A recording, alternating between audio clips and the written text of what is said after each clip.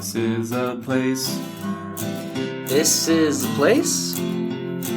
This is a place. We want to talk about. This is a place. Thank you for listening to This is a Place podcast. My name is Brandon. I'm Nate. And we want to wish you happy Talk Money Day. Money talks. And we listen. We sure do. Money rules the world. You talk pretty openly about money, more than your average bear, I'd say. Sure. Well, we talked about this before. People rather talk about their love life over their finances. I don't know what I'd rather talk about. I'm not going to talk specifically about either one today. But I thought it was fitting because we kind of talk with someone who knows a thing or two about money, more specifically about business, running a business, as we spoke with, and he shared some of his insights with us about his company and his life and how he's got to where he is. And so let's have a listen to our interview, Mr. Nate Jones with Xlear. Nate, if you would give us an introduction to who you are and how do you sum a man up in just a few words or sentences? I don't know. I would rather have someone else do that for me. You know, I always laugh when I go to these conferences and they have someone go up and give a 10-minute introduction, and I'm like, why are they wasting time? And then I realize that a lot of people have a hard time talking about themselves like that. So I don't know. Who am I? I'm Nathan Jones. I started a company called Xlear. It's spelled Xlear. My dad actually invented the product. It's a nasal hygiene tool. It washes out your nose. It's kind of a common sense progression from the concept of hygiene as part of maintaining a healthy gateway microbiome. We're all familiar with washing our hands. We're familiar with brushing our teeth, but our nose is probably where the most pathogens enter our body. And we should be doing something to wash that out also. And throughout history, people have always utilized using just straight water or salt water to rinse out their airway. And what my dad started doing was he started mixing a sugar compound into a saline. And he did that because he realized in the research that was being published in the dental field that this sugar xylitol actually blocked adhesion of a lot of the pathogenic bacteria that cause ear infections, respiratory infections in children. And, so in 2000, I quit my day job and started a company to sell that nasal spray product. Where is it sold? How do you Oh, buy you your can buy it product? everywhere. You can go to CVS, Target, Walmart, Walgreens. You can go to South Africa and buy it. You can go to, Australia and buy it. You can go to New Zealand. You can go to the UK. You can buy it everywhere. Great. I'll be honest, I've never used the product, but I've seen it a lot at, you say your Walgreens or wherever. And so the brand recognition is there. So let me ask you a question. If you've seen it, you're obviously shopping in the nasal spray aisle. Yeah. What are you buying there? Usually stuff related to maybe when I'm passing and I'm looking for something like a cold medicine or something. Would it be kind of fall in that same area? Yes, but maybe that's something we delve into a little bit further down the road. But if you're buying something for a cold or any respiratory illness or any respiratory issue, period, you should be using a nasal spray like ours. A is your first line of defense, and B is your first step to combating it. Can see where you're going. That maybe the reason we get these colds a lot is because we're not cleaning that airway. Is that kind of where you're going with it? 100%. It took you a good 30 seconds to get that, huh? Yeah. The great thing about it is when I go and I go to a lot of medical conventions, and I was at a pulmonology meeting out in Hawaii a couple of weeks ago. I'm going down to one in Australia next week. But your average person grasps that in like 30 seconds. Your average physician, it takes them a good 4 or 5 minutes. to understand and grasp that concept. Well, no, it's Where's simple. the disconnect? It's simple. Well, the disconnect is that physicians are taught to treat an infection. They're not taught to prevent anything. Anything that a physician talks to you about that has to do with prevention is something they learn after medical school on their own interest. So the vast majority of your healthcare providers, they learn how to use pharmaceuticals to treat you once you're sick. And that's what they're going to talk to you about. Okay. I was at this pulmonology meeting and in Hawaii, and these are pulmonologists. Okay. And I sat there and going along the lines of this pandemic that we've recently, I sat there and I would discuss with them. And, in early 2020, there were studies showing that if you just use salt water after you got sick, the studies showed that nearly 100% of the time, like in the studies, it was 100%. Every single person that just used salt water, it became a non-issue. And there are studies where they use xylitol in a nasal spray where it stopped transmission by over 70%. And I would explain this to these doctors, and the concept is there. You're breathing it in, you're getting sick in your nose. And so that goes for a lot of illnesses. But these doctors would sit there and say, no, I don't believe you.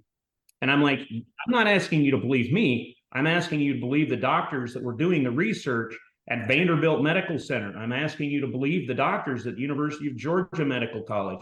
These are the doctors that are doing the research. They're publishing it. I'm just sharing it with you. So don't call me a liar. Call your own medical establishment, because they're the ones that are talking to you. But I get that all the time, because there's a lot of physicians that are just like, I don't believe that something so simple could solve something so complex. But if you get it and you block adhesion of a virus or a bacteria and you stop it from getting past your upper airway, the logical part is you're not going to get sick. If we could break it down a little bit more, you say the main thing in it is xylitol. Is that how you pronounce it? It's a sugar. The only thing I know about that is that usually what's in gum. Correct. So what's the difference between this and other sugars, or the salt water you mentioned as well? So xylitol, most of the sugars that we are familiar with are 6-carbon sugars: sucrose, glucose, fructose. And even when you go into the sugars that are commonly used in toothpaste and commonly used in sugar-free gum, they're using sorbitol, mannitol, and maltitol. And those are sugar alcohols, but they're still 6-carbon. And so bacteria, the bacteria that eat the sugar, Strep mutans, and the other pathogens, Strep pneumo, H. flu, MCAT, staph, all of these bacteria, they eat these sugars. Xylitol is a 5-carbon sugar, and the bacteria can't metabolize it. So it gums up their metabolic pathways, and it ends up it ends up killing them off. And it's very specific to the bacteria that it does. And the other thing that I should go back and put in there is that, and I mentioned this a little bit earlier, is the whole idea of using it in a nasal spray comes because when they were doing the research showing how it prevents tooth decay, they saw in all the data they collected that the kids that use the xylitol gum, not only were they not getting tooth decay, which is what they were looking at, but in the data they collected, they were also getting 42% fewer respiratory infections just by chewing gum. Really what got my dad interested. As a physician, I don't want to sound cold and heartless, but as a physician, my dad wasn't looking at preventing tooth decay. He was looking at preventing respiratory infections. And the dentists that were doing the study, they weren't looking at preventing respiratory infections. They were looking at preventing tooth decay. And so there's this huge disconnect where physicians, they don't talk to dentists, and the dentists don't talk to the physicians. But yet a lot of the illnesses that we have, they start in the mouth, and they're starting to understand that. You have issues like diabetes, Alzheimer's, heart disease, obesity. A lot of these things are actually issues that start in the mouth. You mentioned that your father created this, and you quit your day job to kind of pursue this. What were you doing before, and what made you take the jump to pursue this more? Before I started this company in 2000, I worked out in the Gulf of Mexico, doing underwater construction, underwater welding, stuff like that, out on the oil rigs. Big difference. So does this product help with like allergies and stuff like that, or is it just the infections that it helps with? Well, so that's an interesting question, because what we know is that the xylitol blocks adhesion of bacteria and viruses. We know that now. But early on, when I just started the company, the only thing that we understood is that it blocked bacteria. And so we were only talking about bacterial infections. But within a year or two, the vast majority of people that were using our nasal spray to wash their nose were actually using it to treat allergies. And we didn't understand why that was happening. There has been some research since then that shows that what it does is it actually speeds up the mucociliary clearance cycle. So, if you're breathing in, let's say, pollen, and you're getting a reaction to that, if you wash it out faster, you're going to have more of a time where your body is not going to recognize that you're breathing something in it perceives as a threat. Does that make sense? By washing the allergen out of your nose, you don't get the reaction. Same concept as maybe like washing your hands, that if you are have an allergy to something, but you wash your hands and don't touch your face, then 100%. And it's the same philosophy that, if you have issues with allergies in the spring or the fall, you take a shower before you go to bed to get it all out of your hair, especially when you have a lot of hair, not like me. One thing we know about you, we've learned, is you like to face your fears. Can you tell us more about that and maybe how that works along with what you're doing with the company and just in life in general? Well, I've always had a history of facing my fears. I'm afraid of heights, and so when I joined the military, I made sure that I was in the airborne, and I kind of faced my fears. And I'm still afraid of heights, but they don't terrify me. I'm afraid of deep water. Even when I go to Lake Powell, I get out in the middle of the lake, and you're sitting there like, this water's like 300 feet deep. So I went and, that's even today, but you go out in the middle of the ocean and you dive down a couple 100 feet and you get over that fear pretty quick. Or I shouldn't say you get over it, but you can control it. And I think that's a big thing about what life is about. There's a lot of things that we can be afraid of, but we just have to learn not to let our fears dominate us. I was afraid of starting a business. There's, a lot of these businesses, as we all know, the vast majority of them fail in the first couple of years. So, it's fear where you're quitting a job that pays you. Underwater construction pays you fairly well. So you're quitting a good job to go out and try to start a business based on a little nasal spray and your dad, concocting some stuff in the little clinic that he worked at in Texas. So are you from, where did you grow up in Texas? No. I was born in Kansas City, where my dad was going to medical school. I spent most of my formative years up in Idaho. Then I've lived in Utah off and on since I was 16. I graduated from Timpview High School here in Provo.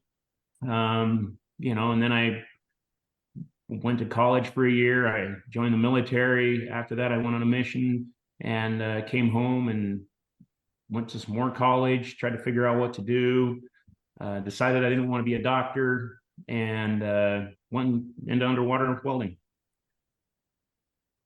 Where'd you go on your mission? Argentina. Okay. Same world as where our Nate went. Uruguay. Yeah. They sent my younger brother to the same mission that I went to 8 years after I got home. Well, he and I went back down there with another brother. Yeah, I've never been back. It would be nice to go back and visit, or even just go to Argentina, because it's very similar. Uruguay and Argentina are very similar in their culture and their mate. Talk. Mate and their castellano. What's stopping you? He's scared. He's afraid. Scared. What's time?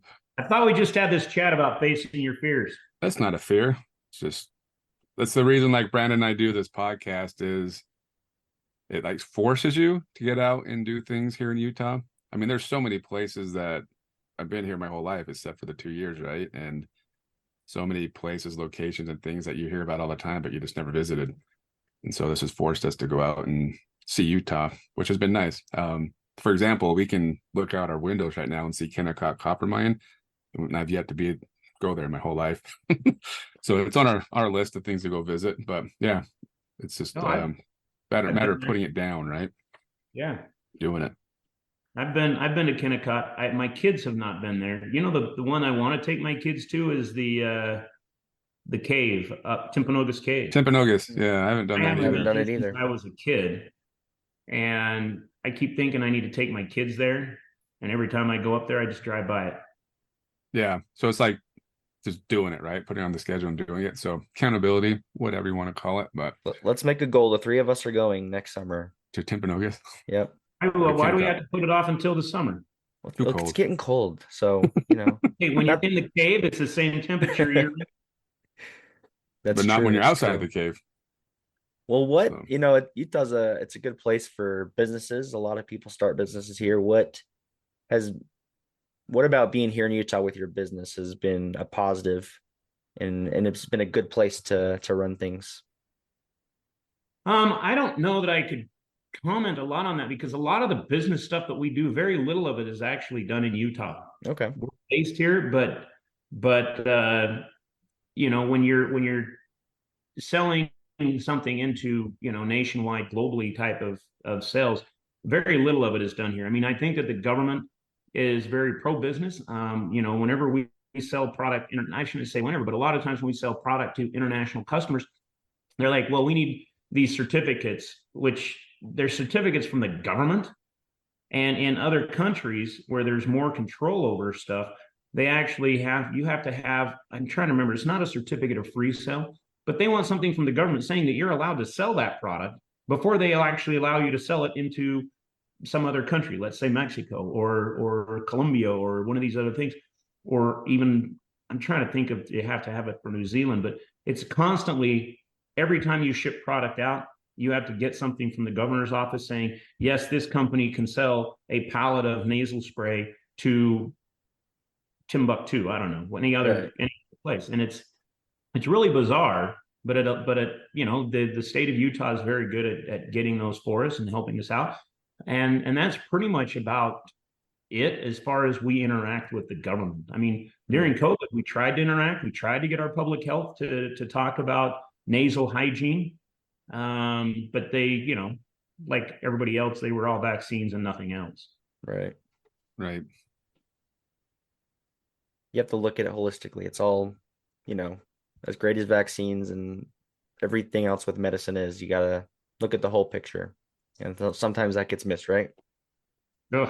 I think public health. You know, this is just me, but I think that public health and I think that this is something that our state should be doing. But public health should people that work for the government and work for public health, I think, should almost be banned from discussing pharmaceutical products. Because once you're using a pharmaceutical, public health really isn't doing their job. They're not keeping you healthy. I mean, drugs are there to help you get better. Very few of them are done to keep you healthy. Okay, but if public health would actually get out and talk about, you know, what we consider the four pillars of a good solid public health, you know, policy, there's not pharmaceutical in there. It's actually hygiene, oral and nasal hygiene. It's public sanitation, making sure that our trash and our crap and stuff gets carried away and that we have clean water to drink and clean air. It's also exercise and nutrition. And if public health was only focusing on that, I think they would do a much better job at keeping us healthy, as opposed to you know what they're doing today, which is, oh, if it's you know if it's not a drug, we're not going to talk about it. Well, do you believe? I mean, we don't like to go down this road, but you think there's a lot of politics in that? The reasoning why? That is 100. Well, it's because you have. I mean, there is a lot of politics in it. It's 100% politics, which is, in my opinion, it's a crying shame, because healthcare should not be dictated by politicians and lawyers, but it is. It's not dictated by the physicians. It's dictated by politicians and the pharmaceutical company that has a lot of sway over those politicians. I mean, a good example is during COVID, because of different buying habits, we had to throw away about almost $1 million worth of product because, gum, we sell a gum called Spry, SPRY, and it's a xylitol gum. And I mentioned earlier that the big body of science behind utilizing xylitol is actually preventing tooth decay. So they have studies that were done at the University of Michigan, the University of Washington, University of Turku, all of these very well-respected dental schools, showing that if kids chew a piece of xylitol gum in the morning when they come to school, one after lunch and one before they go home, you reduce tooth decay to almost zero, and you reduce respiratory infections by 40%. That sounds like a win-win. It's a very cheap thing. You're talking $25 a kid per year to reduce tooth decay and respiratory infections. And we went to public health, and they wouldn't even accept free gum to do that because of the politics of it. But why did you have to throw it away? Because the blister cards that you see at the check stand, they weren't selling, and so it was just becoming expired. Okay. So you ramped up during COVID, or was it just before? That? So in 2018, 2019, you have a 3-year shelf life on it. And so in 2018, 2019, you're buying stuff for 2021, 22. And in 2020, obviously, in 2021, people weren't standing in the checkout line, which is where most of blister cards are sold. And it wasn't just us, it was all of your gum brands. They ended up selling in bigger containers online, just not in the blister cards in the stores.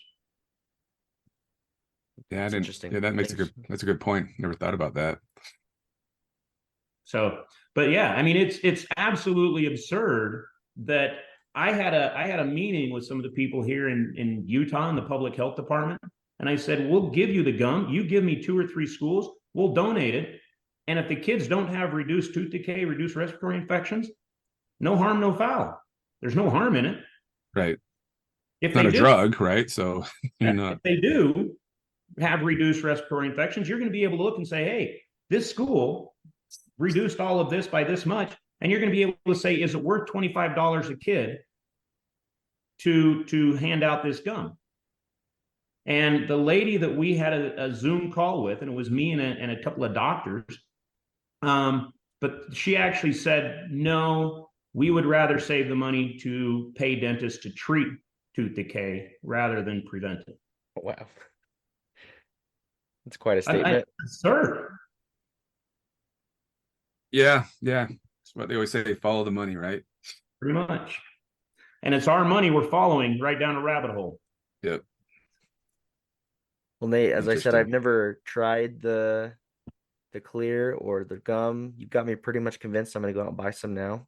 Well, I think I did a pickleball tournament like 2 years ago down in Orem, and I think that they gave us out some spray gum because when you said that, I'm like, oh yeah, I think I have a pack in my bag somewhere still. I didn't know that it was so. It doesn't do you any good if you don't chew it. Oh yeah, that's the whole thing. It's like I didn't know it was health benefits, So yeah. Yeah, I'm excited. I'm excited to try out the nasal spray because I have allergies. I mean, I've tried different things to treat it, but if that's another way to do it, I'm all for it. So yeah, my wife has the same problem, so I'm like really intrigued now. I want to give this a whirl. Had no idea. So Afrin, talk about that. Well, I'm not here to bash anybody. No, I would bash that one. That one, I still can't believe it's still on the market because doesn't just destroy your nose. Well, the thing is, again, there's a time and a place for a lot of these things, but it's when people sit there and use it over and over and over. I mean, even on the packaging, it says don't use it for more than 3 days. Mm-hmm. Yeah. Okay. And so, but people come in and because it works, people will use it every day for 25 years. And if you do that, of course, it's going to destroy your nose. Yeah. There's a comedian named Nate Bargatze who makes a joke about that, about his dad. I just listened to that last night. Yeah. His doctor asked his dad, do you use it? He's like, yeah, I used it. I don't use it. Well, I was just asking you because I knew you're using it, but how long have you been using it? 5 years. He's like, it's been 45 years that he's been using it. So my dad was the same way. He was addicted to that stuff. And I think it just destroyed his nose and he had to have so many operations to try to fix it. And And like you said, the packaging says 3 days max, right? Yeah. But it's almost like The well, it's a reason drug. why It's like is an addictive because drug. that's exactly what it's doing. And so let me explain why especially the overuse of those is bad, is because what those are doing. So when you use Xlear, our nasal spray, you're making your snot more fluid. Okay. It's not going to run down your nose. I'm pointing to my nose. I know this is a voice only, but it doesn't drip out the front of your nose. It actually goes down your throat. People don't realize this, but you eat almost 2 cups of snot a day. Okay. Appetizing, huh? Right. But if in our society, when we live in air conditioned buildings and heated buildings, the air is constantly dry. And whether you drink your caffeine hot or cold, we're all over caffeinated. I don't want to say over caffeinated because I enjoy my caffeine. But that also dehydrates us. And so if we're dehydrated, our mucus is not going to be fluid like it should be. And so what we need to do is facilitate that so that our body is actually cleaning all these stuff out of our nose. When you use Afrin, when you use fluticasone, when you use any of these drugs, really what you're doing is you're not solving the problem. You're breathing something in that your body perceives as a threat. Shutting down your immune system doesn't solve the problem. All it does is now it allows it to go down to your lungs. What you want is you want something that gets rid of the overproduction of the mucus, which would actually be something that facilitates the cleansing. Yeah, that's really cool. I didn't know anything about I only knew about the nasal sprays that destroy your nose, but it's cool to know there's something out there like Xlear that is really supposed to help you, and sounds like could be a daily use, multiple times a day type thing. Well, it's what we tell people is put it with your toothbrush, and every time you brush your nose, every time you brush your teeth, wash your nose. Once in the morning, once at night. I mean, if you work in a hospital or you teach in a school, you might do it at lunchtime also, simply because there's a lot of more, bacteria around. If you're traveling on airplanes, use it before you get on the plane. And people have this, talking about air travel. I fly a lot, but people have this misconception that, that airplanes are just bacteria. They're full of bacteria and viruses, and they're, what do they call them, petri dishes. Right. But if you really understand how your nose works and what happens on an airplane, you're not getting sick on the airplane. You're getting sick when you walk into the terminal, when you get off the airplane. And let me explain why. Because the air on the airplane is actually filtered fairly frequently, but it's really, really dry. And so you're drying out your mucosal membranes. And if they're dry, they're not trapping bacteria. They're not trapping viruses. They're not trapping anything. And as soon as you walk off the plane into the terminal, which has a whole bunch of people and it's wide open space, now you're in a petri dish. Now you're getting exposed to a lot of stuff, and your nose is dry, so you get infected. Huh. I've always kind of like wondered that because, like you said, the air is filtered in the airplane, so I never understood that. But now that makes more sense, that it's drying you out, and then. So just use something that keeps your nasal passages hydrated. Salines, they work for half an hour, 45 minutes. If you use one with xylitol, it'll work for 5-6 hours. Well, to change subjects completely, what do you do when you're not working, Nate? What are your Depends on the hobbies? season. Do you like the 4 seasons? Well, the 2.5 seasons we get here in Utah, or I like the spring, and not the spring. I like summer and winter, and I do not like the spring or the fall. Oh, really? And the reason why is I like to ski. I ride snowmobiles, and so there's a lot of stuff to do when it's winter time. And in the summer, I go to the lake a lot. I ride motorcycles. I, drive around in a Jeep, which I love. I feel really bad. I just went and put the roof on my Jeep yesterday, and it makes me feel bad. I realize that summer's over. Yeah, getting cold. But there isn't, for me and what I enjoy doing, there really isn't that much to do in the fall. There's not enough snow up to go, skiing and snowmobiling yet, and it's too cold to go to the lake. Yeah, that's a good point. That's a good point. I do like the spring and the fall just because I like that it's cooling down and it's getting warmer. But then you're right. If you're an outdoors type of person, it's kind of a tricky time of year because in the mornings it's freezing, then it's hot in the afternoon, and it freezes at night again. So Yeah, and in the spring, even if you want to go out hiking or go do something, it's so muddy that yeah, you got to throw away your shoes when you're done. yep, it's a good point. In the fall, it's nice, but cougars come down and eat people off the trail. No, I'm kidding. Um, no, it's I went up and drove through the Alpine Loop the other day, and it was beautiful. It reminds me how beautiful it is up there. So, but yeah, again, there's not much to do in the fall other than look at the leaves. Good point. Good If point. you If live you're down in outside the it. valleys, you live down in the valleys, you just look up the mountains and they turn brown by, the end of July, August. Hmm. So you're missing a big part of that too. Do enjoy jazz games. I do go to those.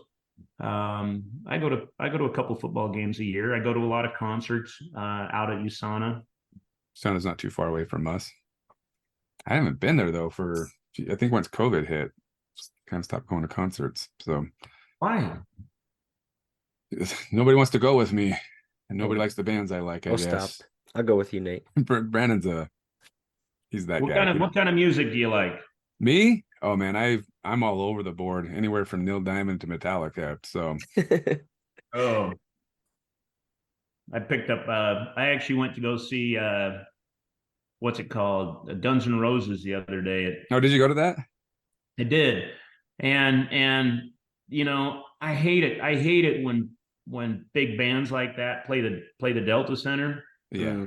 because the Yeah. acoustics there are horrible. Oh, way bad. Way bad. You can't And even hear what they're I would saying much sometimes. prefer that they would go to USANA. Yeah. Um, 100%. yeah. Yeah. So, Yeah, but it's that was loud in the Delta interesting. Center. It's built for spectating sports, right? And you want it Yeah. to be loud in there. So when they're playing, you're like, what song are they playing right now? Just Well, hey, you want to hear something funny?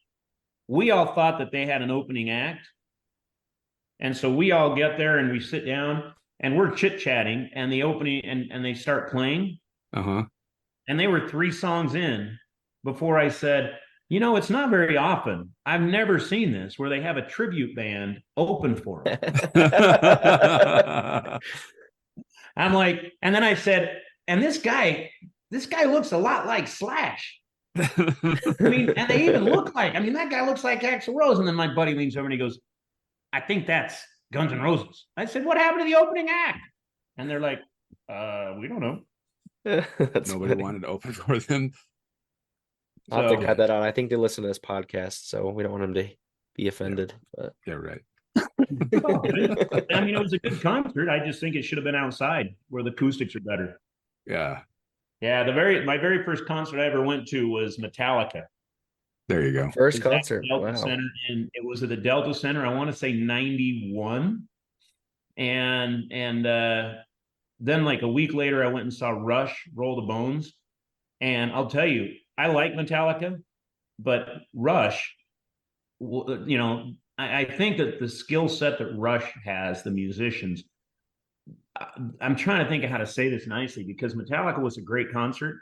One of the coolest things I've ever seen was this guy sitting in front of me. He looked a lot like you, but he had a little 2-year-old kid sitting on his shoulders with the biggest mullet. And he was just this 2-year-old was. I'm surprised he didn't break his neck. He was just flipping his hair all over, sitting on his dad's shoulders. It was pretty cool. But Rush, they played it so well, and I've gone and seen Rush a number of other times in buildings, in arenas, but they could actually, and this is my opinion, I'm not a musical genius, but they could play it to where the sound, the acoustics didn't really matter as much. They just were phenomenal with the music that they did. Yeah, Neil Peart, one of the greatest drummers of all time, right? Not one of, he is the greatest. The greatest. Okay, there we go. I go to Def Leppard every year. I used to go to Def Leppard every year. Yeah, they haven't been to Utah in the last 2 years, so I had to go down. Last year, I went down and saw them in San Diego at the ballpark there, and this year I actually had to go out to Tulsa, Oklahoma. Oh, you should. There's a great interview. You see these cartoons, and it's like, this is the Def Leppard image, and then you actually talk to the people at Def Leppard, and none of them drink. They're all vegans. They don't do drugs. They're all totally healthy, and they're like, yeah, we have to stay healthy so that we can play good music. Yeah. Yeah. What's his bucket? Their guitar player looks amazing for how old he is. Takes off his I shirt think they still. all And do. I mean, I yeah. think their drummer. I think their drummer is an amazing drummer just because he only has one arm. Well, so when I walk on stage, a lot of times when I speak, they say, "Hey, what walk-on music do you want?" And it's always, Pour some horse. sugar. Yeah, because that's Yeah. what I deal with. It's all about the sugar. It makes sense. I was That's gonna say that perfect. makes perfect I sense. know that's not what the song is about, but It's pretty close. Pretty close. Close yeah. enough. Pour some xylitol on me. Yeah, no, that's what it is. We were doing it on a cruise ship once, and I had my kids. At the time they were probably 5 and 7. They walked out on stage before me, and they were flipping little sachets of xylitol because we sell it as a sweetener. I mean, it looks like sugar, tastes like sugar. You can use it. If you're a diabetic, it's actually a great alternative sweetener. And they were walking out, throwing these sachets out to the audience of xylitol, and I thought that was pretty cool. Pour some xylitol on me. Yeah, this was an audience of dentists and dental hygienists, so they kind of got the joke and they laughed about it too. Yeah, Nate, your team reached out to us to have you come on the podcast. I wondered what was your exposure to us, or what was the draw to come in and speak with us today. Well, they actually told me about it, and I actually like talking to people here in Utah. I've been on a couple of podcasts here in Utah that focus on Utah issues, and I like it here. And so anything I can do to help push and promote Utah, I'm going to do. And that's what we're all about. Yeah. So one of as we wrap it up here, I think that's a good question. Is what is your focus? Is it aligned with the Xlear focus? And I think that Nate's leadership in Utah on so many fronts is valuable information for anybody who's growing a business in Utah. And yes, he ships to 40 countries. Mm-hmm.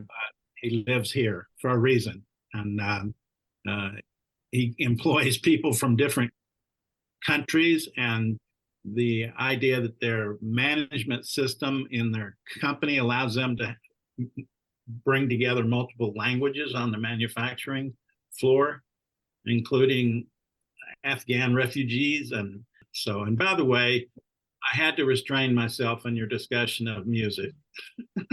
Uh-oh. But at Geneva Road Rock is where you can go hear one of my bands play. Xlear actually sponsors our band in some of the more public venues that we play in. But so you're part of a band then? Part of a couple of bands, but yeah. What do you play? I play the main instrument is electric bass. Oh, cool. And sing, but I also play 6-string acoustic. Most recently played 6-string acoustic on a David Bowie set, which I love. So, yeah. So anyway, at Geneva Road Rock on Facebook. That's not about me today. It's about Xlear and how awesome they are and spry. And I use their products every day. And I really believe that they're helping me be healthier. So, what kind of sponsorships do you guys do? Well, I mean, it depends on what it is. I mean, if it's something that we think is worthwhile, we'll sponsor it. I mean, we sponsor some of the pickleball stuff, mostly because, we want to get out there and support people in the community that are doing things that are healthy. John kind of convinced us to join them to sponsor the music just because we like it. We like good music and we want people to be going out and having a good time. And we don't think people should have, I know this might be political, but we think that people going in and hiding in their homes during COVID was the worst thing that we could do. And we want to get people back out and being social and being human again. And music, I think, is something that a lot of times brings people together. Yep. And to get them out. And John told us that he was going to go door to door, inviting everybody out. And, we're still waiting for that to happen. But it was, so those are all things that we do. I mean, pickleball, you're getting people out. And especially, I mean, you're getting a younger crowd now in pickleball. Hmm. What I really liked about pickleball originally is that you were getting a lot of older people out. Yep. And people that said, well, I can't go play tennis or I can't go play racquetball. But they were getting out and going and playing pickleball. And the neighborhood that I live in is a little older than your average. I think I'm going to get a lot of heat for saying that now. But a lot of them here play pickleball. Yep. And it was just great watching them get out and actually do something active as opposed to just sitting around and complaining. I shouldn't say that even. But so what we want, and it goes back to what I mentioned really early on, was when you talk about the 4 pillars of great public health, one of them is exercise. Yep. And as we get older, we exercise less. It's just the nature of what we do. And so what we can do to help people get out and exercise, what we can do to help the people live a healthier life. I mean, if there was something we could do to help people understand nutrition better, we would probably sponsor that too. And they have been very generous in their sponsorships of like the women's basketball team at BYU, and they helped bring in several Afghani refugees to actually have employment while they were in transition. And they've sponsored fundraisers at Christmas time at Shriners and at Primary Children's, and this year for a foster care program in Utah.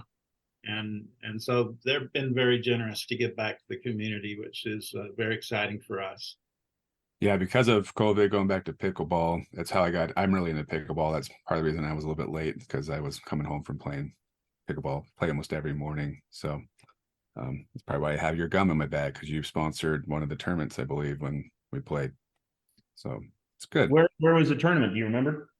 I want to. You might have been there. It was at Club Pickleball. I can't remember if it was at the Orem one or the Sandy one, when somebody just walked around and they just had a box full of your gum and was handing them out to people. And like, oh, cool, thanks. So, well, I'm going to get mad at them. They were just walking around handing it out. They should be telling you, chew it. Don't put it in your bag and wait for 2 years until you talk to somebody on. Well, they didn't tell me that it would, help the tooth decay and stuff like that. Because I don't do it much anymore, but I usually chew a piece of gum when I play sports, so that my mouth doesn't get dry. So I know I had a few pieces. I just didn't know I should go be buying more and helping me stay healthy. Had no idea till today. Well, this is how our public health policy, not to get it into politics again, but this is how public health policy in our country is kind of a little screwed up, is that people, I shouldn't say people, companies that are selling hygiene products can't talk about how hygiene can help keep people healthy. Does that make sense? Like soap. We know that everybody knows that washing your hands with soap and water is probably one of the most effective things we can do to stop the spread of diseases, right? Right. But you will never hear Dial or Dove or Irish Spring. I'm trying to think of all the soap companies. They can't come out and say washing your hands stops the spread of disease. Really? They can't say that because that's a drug claim. Mm. And so they just come out and say, well, Dove, it gets your hands moist. Irish Spring is, it makes you spring like a little leprechaun when you get out of the shower. I don't know, that even sounded right. Zestfully clean. You're not clean until you're zestfully clean. But at no point do they ever say, wash your hands and you're going to help stop the spread of infection. Interesting. Because that's the way it's set up, is in order for that to happen, they would have to be classified as a drug.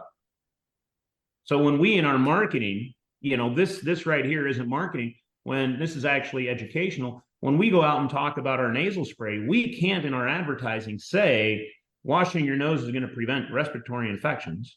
Washing your hands is going to prevent, or washing your nose is going to prevent this. We have to go out and say washing your nose with xylitol blocks bacterial adhesion. It's going to block adhesion of strep pneumo, H flu, MCAT, staph. We can't say it's going to prevent an infection. We can go out and say it blocks SARS-CoV-2, it blocks RSV, it blocks H1N1, but we can't say it'll prevent COVID. mean, you got studies out there showing that by washing your nose with a xylitol nasal spray, you reduce the incidence of COVID by over 70%. But you can't say that. We better let Nate get back to his commitments today. He's got a big schedule. We do appreciate the time and that you guys reached out, and we could have this discussion. We like highlighting anything to do with Utah. That's why we started the podcast. So thanks for speaking with us today, Nate and John. You bet. And by the way, Metallica, Enter Sandman, that rocks. Just FYI. Just got to get it in. I'm gonna back that up. I was picking my kids up from dance Saturday, and driving home, we were rocking out to Enter Sandman. That is Hush Little Baby. Yeah. Is it the University or Virginia Tech that goes out to that? I think so. Football team. It's a great Halloween song. So yes, it's a year-round song. My kids can sing that. But hey, next time we should do a podcast about Lake Powell. Hey, we'll invite you back on for that. That's my favorite place in the world.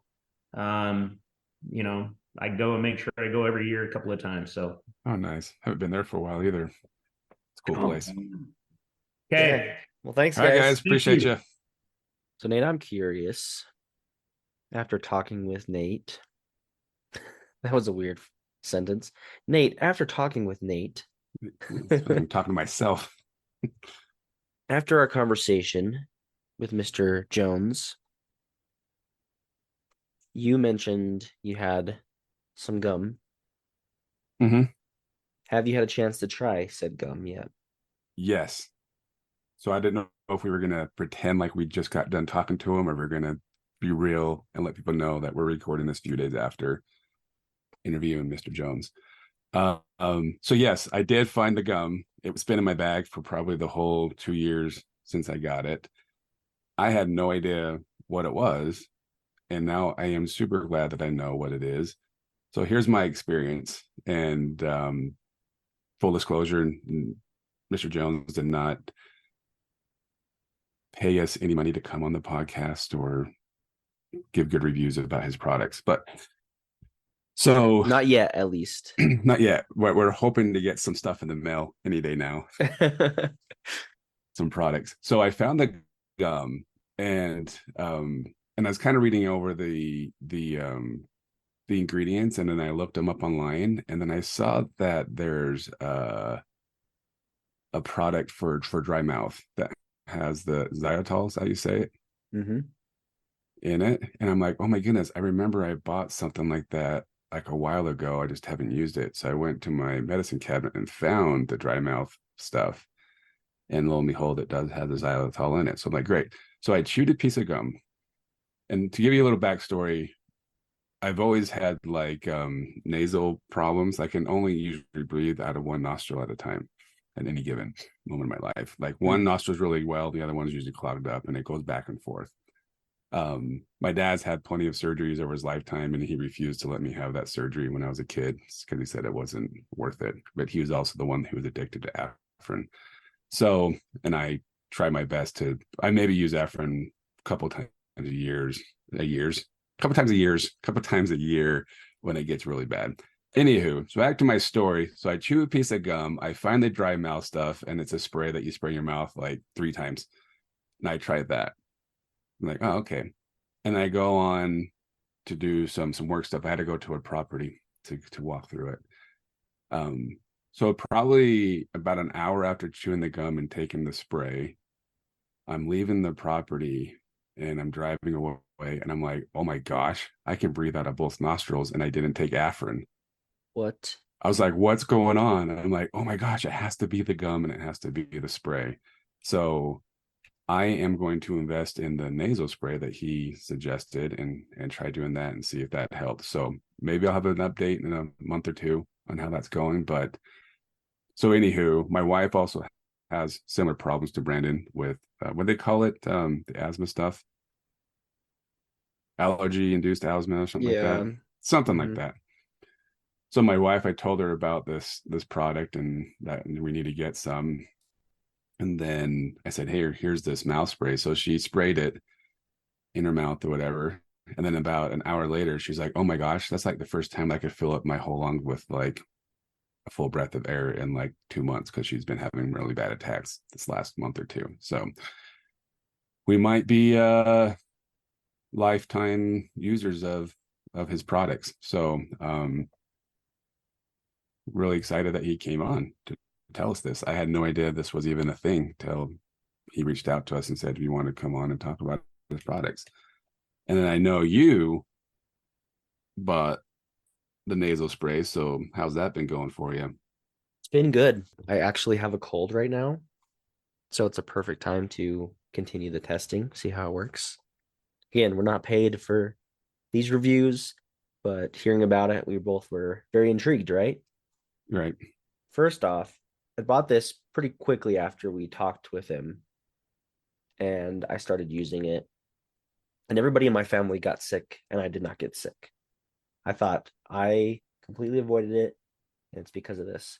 I did still end up getting sick. It was a little bit later than everyone else. Now I'm using it in conjunction with my clogged nose, my sickness. And I'm not saying I'm cured, but I do feel like when I use it, I have a pretty good period of not having as clogged of a sinus. So you breathe easier. I breathe a lot easier. Yeah. Yeah. Maybe cautiously optimistic for is maybe I'll get done with this sickness a lot quicker than I normally would if I did not have the spray. So that's good. So either way, it was good marketing on their part to speak with us because they got 2 new customers out of it. Maybe more They from the podcast. made an extra $10 this month. Yeah. Right into their pockets. But it was great to speak with both of them. They both were a good conversation, and we probably could have kept going on.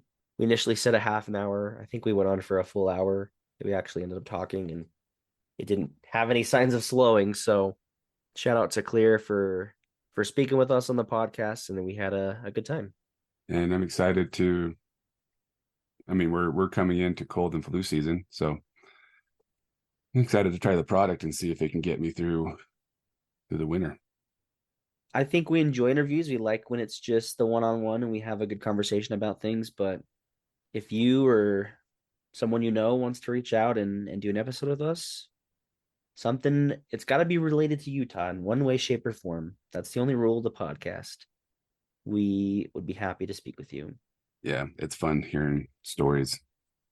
I like meeting new people, hearing about cool places or cool businesses or just cool people in general. So anyway, you know where to find us. Social media, our email, thisisaplacepodcast@gmail.com. Thanks for listening to This Is a Place podcast. And this was a business we just talked about.